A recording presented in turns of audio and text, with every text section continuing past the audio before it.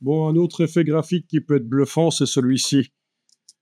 Au départ d'une image, j'extrais la silhouette de quelque chose de reconnaissable et je l'utilise en tant que bloc dans InDesign pour mettre notamment, voilà, du texte que je vais agrandir un peu ici. Voilà, et ça fait ce genre de choses. OK. Après, si on remet des éléments par-dessus, ça peut être plus compréhensible, en fait, hein. Ici, la silhouette n'est pas encore extrêmement reconnaissable. Il faudrait, pour que ce soit reconnaissable, mettre en symétrie en face peut-être la vraie photo. On peut tenter ça si vous voulez. Ça vous intéresse de voir comment mettre du texte dans une silhouette comme ça? Avec ou pas un contour?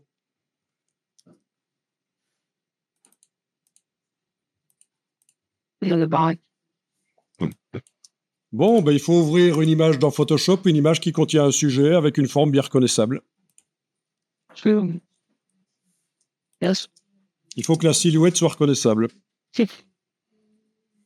Ça peut être un objet, ça peut être un animal, un être humain, n'importe quoi.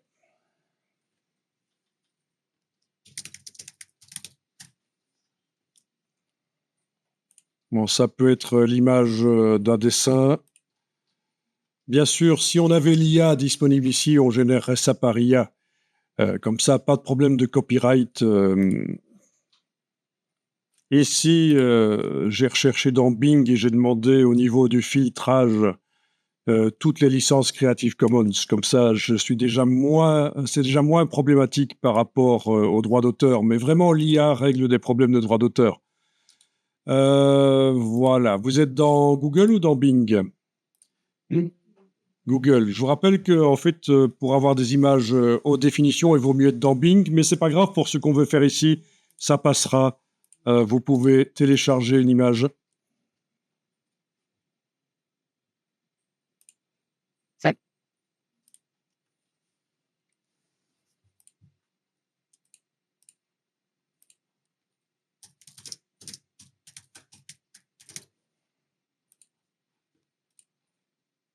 Et vous l'ouvrez dans Photoshop.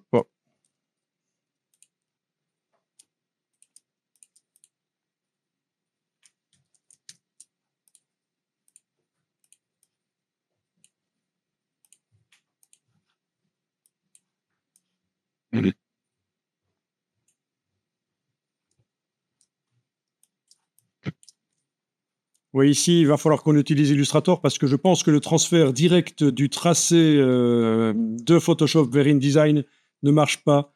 On va tenter malgré tout, on va voir, mais il va falloir, à mon avis, passer par Illustrator, c'est ce qu'il y a de plus simple. Quoi qu'il en soit, vous avez une image avec un sujet, avec une silhouette relativement reconnaissable. Outil de sélection d'objets, on survole. Voilà, on clique, ça fait la sélection.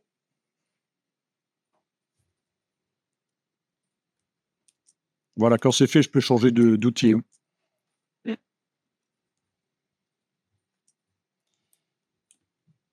Donc, c'est une introduction, quelque part, aux blocs spéciaux dans InDesign.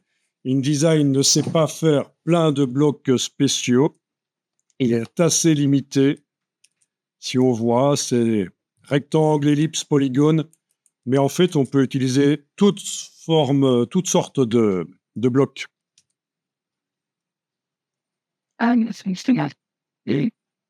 Vous avez la sélection en pointillé. OK, allez dans la palette des tracés, menu fenêtre, tracé, c'est par ordre alphabétique dans Photoshop. Menu fenêtre, tracé. La palette des tracés actuellement est vide.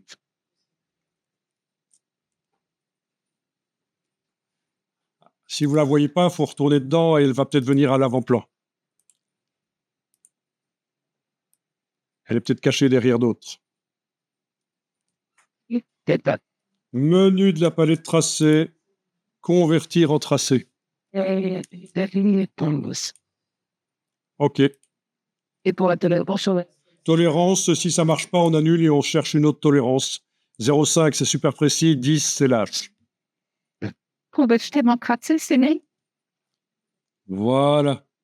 Si on a cliqué en dessous, il n'est plus sélectionné. On reclique dessus. Il apparaît, mais il n'est pas sélectionné. La vignette est sélectionnée, mais le tracé, lui, avec tous ses points, n'est pas sélectionné. D'accord?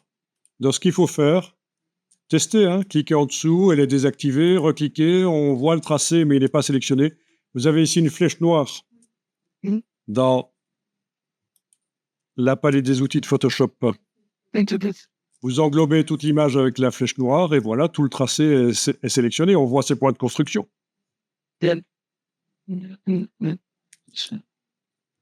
Donc, la vignette est activée. Avec la flèche noire, on a englobé toute l'image et on voit les points de construction.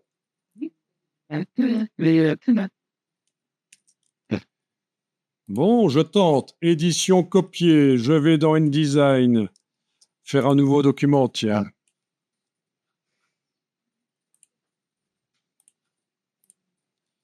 Coller. Ah ben non, ça marche pas, il y a une erreur. Voyez? Si. Donc,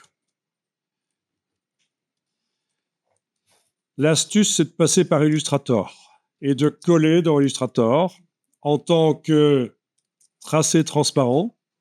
Il y a option de collage qui arrive, on choisit l'option du bas, tracé transparent.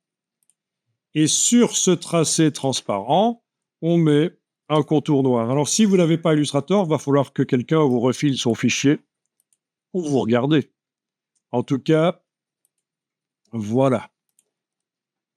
Fenêtre nuancier, un contour noir, rouge, n'importe quoi en fait. Hein. Et même l'épaisseur du contour n'a pas d'importance.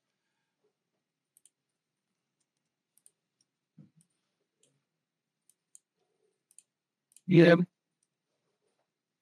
Est-ce que vous arrivez à le coller dans Illustrator et lui donner une couleur de contour, donc contour à l'avant-plan, c'est comme dans InDesign. S'il y a un fond, c'est pas grave.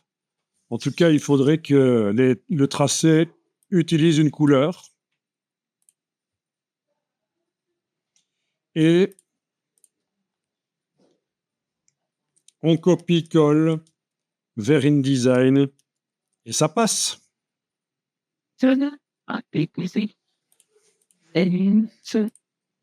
Bon. Voilà, je vais enlever la couleur. Et alors, outil texte normal. Quand on survole, c'est comme un bloc texte. Hein. Quand on survole, ça change pour dire que ça va être du texte captif dans une forme. Et on clique. Et on a certainement quelque part, voilà le curseur qui clignote et on peut remplir avec du texte de substitution ou copier-coller du texte d'ailleurs. Je vais aller chercher du texte de Wikipédia.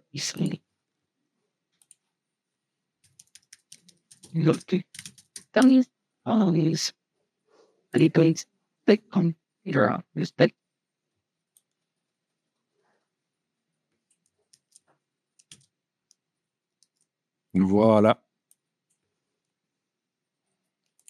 Et je vais afficher les caractères masqués. Texte, afficher les caractères masqués. Dernière ligne du menu texte en haut de l'écran, afficher les caractères masqués. Voilà.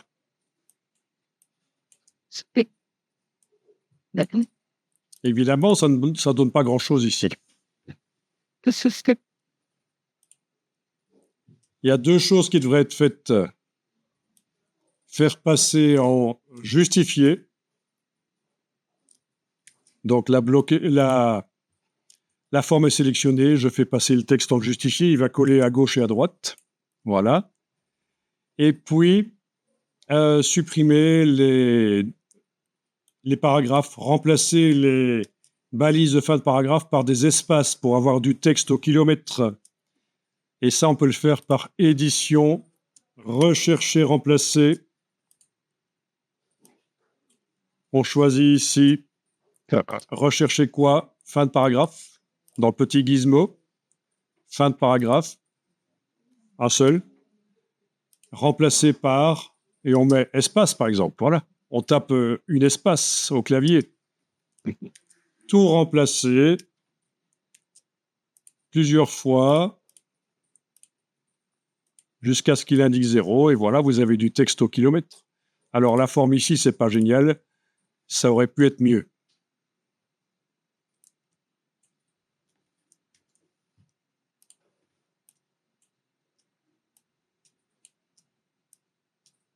Elle est un peu trop complexe. Mais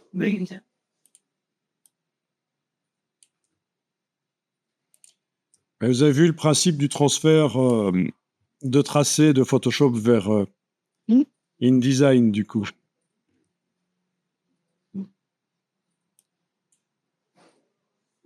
McDonald's. Ah. Okay, this is first. Wait.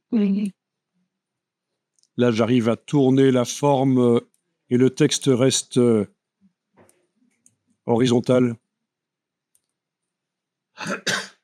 C'est parce que je l'ai sélectionné auparavant avec la flèche blanche en enfonçant la touche Alt. Et donc, du coup, on arrive à tourner, mais le texte à l'intérieur, non. Parce que si on ne fait pas ça, si on la sélectionne avec la flèche noire et qu'on tourne, le texte tourne. Ok, bon, un coup dans l'eau pour moi. La forme de la locomotive, là, c'est pas génial.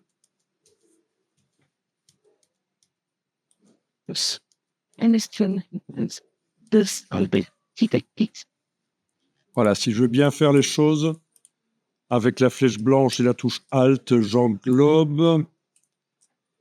Outil de transformation, c'est là qu'on voyait que on arrive à tourner, mais le texte reste